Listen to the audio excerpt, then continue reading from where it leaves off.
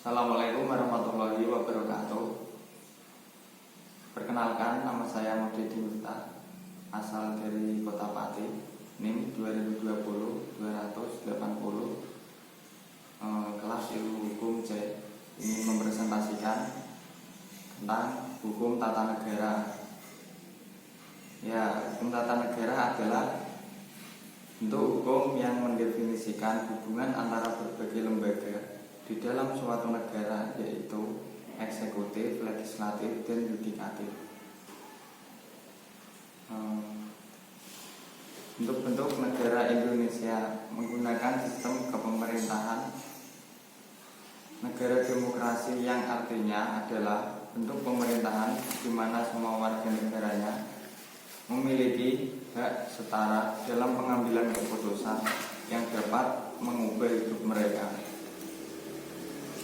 Demokrasi mengizinkan warga negara berpartisipasi baik secara langsung atau melalui perwakilan dalam perumusan, pengembangan, dan pembuatan hukum.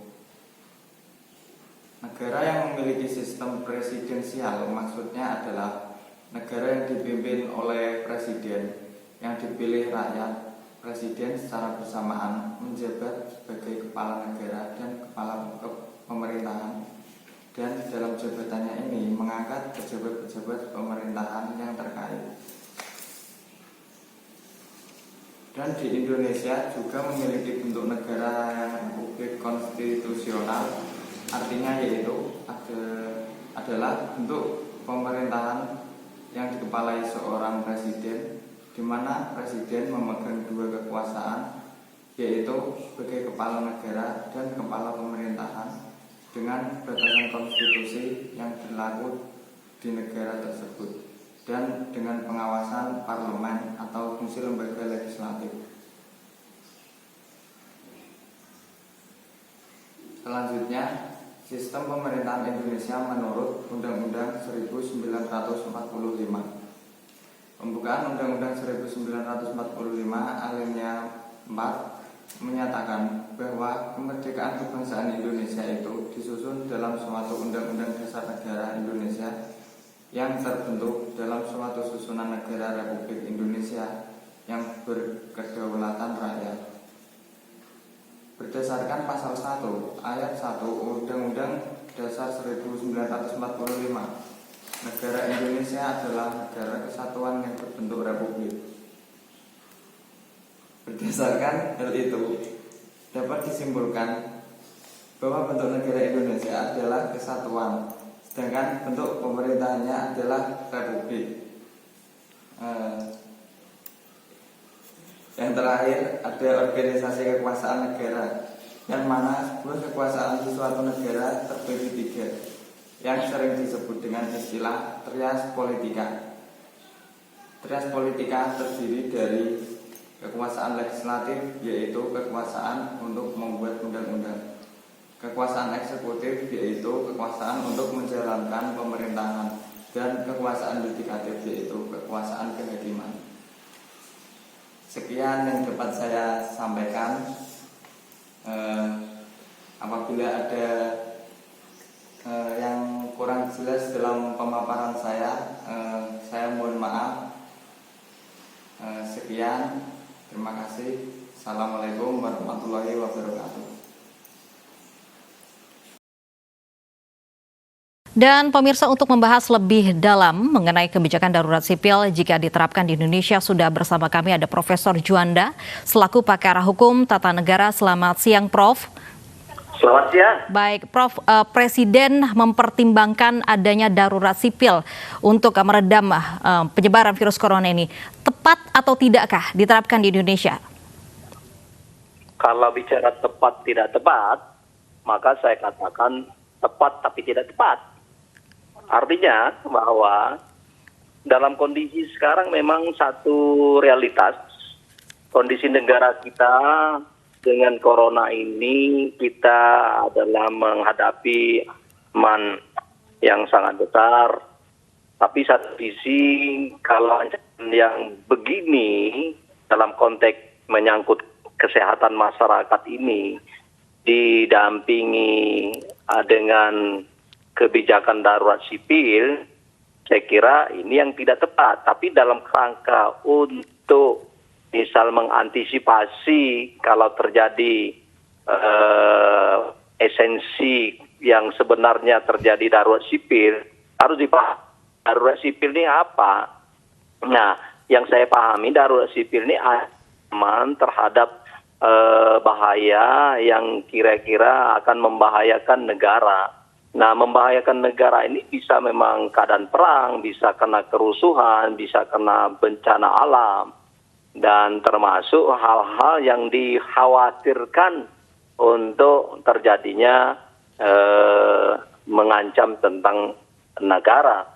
Nah, saya melihat kalau memang ya ingat saya harus jernih melihat sesuatu ini dari pembicaraan dan informasi yang saya terima bahwa sebenarnya pemerintah ini melakukan dua hal tindakan atau kebijakan.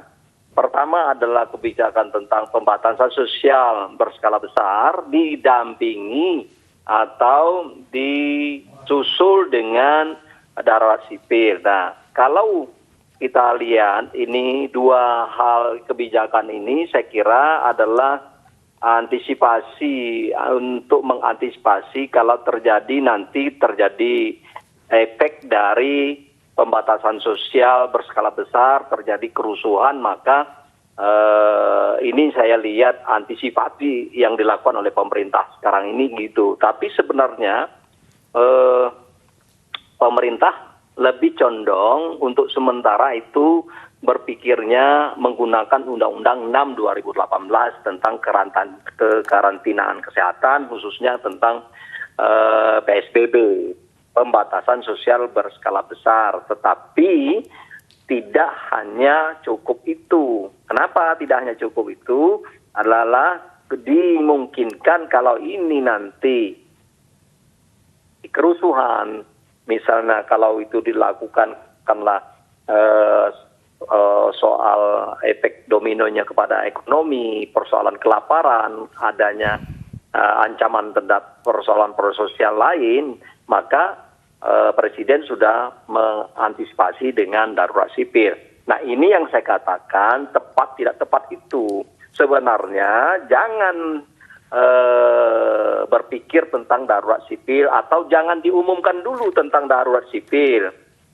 Tapi itu kalau sudah terjadi kerusuhan, kalau terjadi ancaman yang lebih besar, efek domino dari tindakan atau kebijakan pembatasan sosial berskala besar itu nanti, maka barusan itu. Jadi ini yang saya katakan belum saatnya sekarang untuk mengeluarkan statement tentang darurat sipil.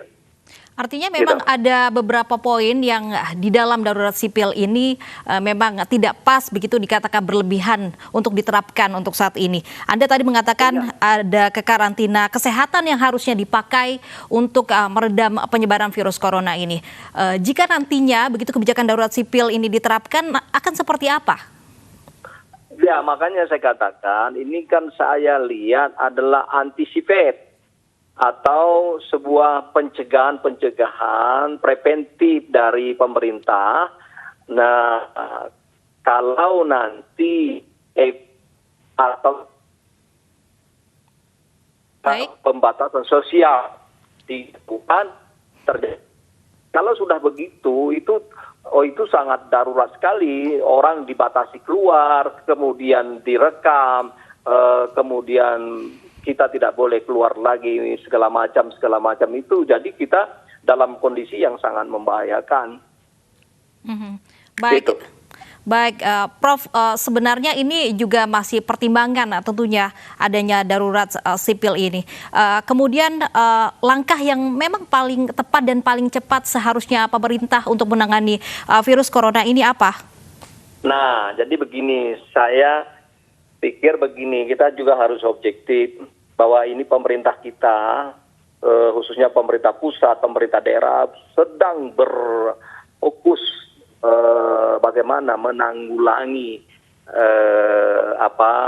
penyakit corona ini, COVID-19 ini tidak di 24 jam, dan ini harus kita appreciate. ya, termasuk adalah bagaimana para menteri, bagaimana para gubernur, bagaimana para khususnya di ujung tombak terdepan itu bidang kesehatan, dokter, perawat. Ini satu hal saya kira perlu diapresiasi, perlu kita hormati, perlu kita hargai.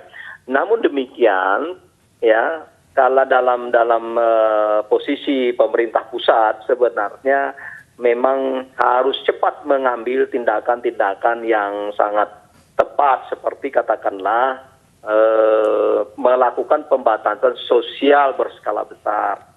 Nah, untuk diketahui sebenarnya pembatasan sosial berskala besar itu beberapa hal sudah dilakukan oleh pemerintah, seperti misalnya WFH, misalnya work from home, kemudian terus sekolah diliburkan, pembatasan tentang kegiatan-kegiatan sosial, agama, dan segala macam. Itu sebenarnya sudah masuk ke dalam kualifikasi pembatasan sosial berskala besar.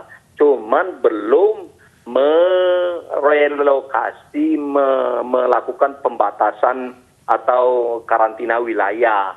Jadi kalau karantina wilayah, orang itu yang kelihatannya para kepala daerah di seluruh Indonesia sebagian besar yang sudah daerahnya terjangkit atau belum terjangkit, ya, itu ingin pemerintah pusat ini mengeluarkan menyetujui untuk melakukan pembatasan wilayah, karena ini memang kewenangan dari pemerintah pusat, sementara pemerintah pusat belum menyetujui bahwa tindakan karantina wilayah ini. Baik. Sebab argumentasinya kenapa saya lihat itu menyangkut persoalan konsekuensi ekonomi. Kalau karantina wilayah, semua penduduk yang tidak boleh keluar di wilayah itu harus dibebankan ekonominya oleh pemerintah pusat atau pemerintah daerah. Ini kan berat sekali. Nah, oleh karena itulah saya kira kita hargai.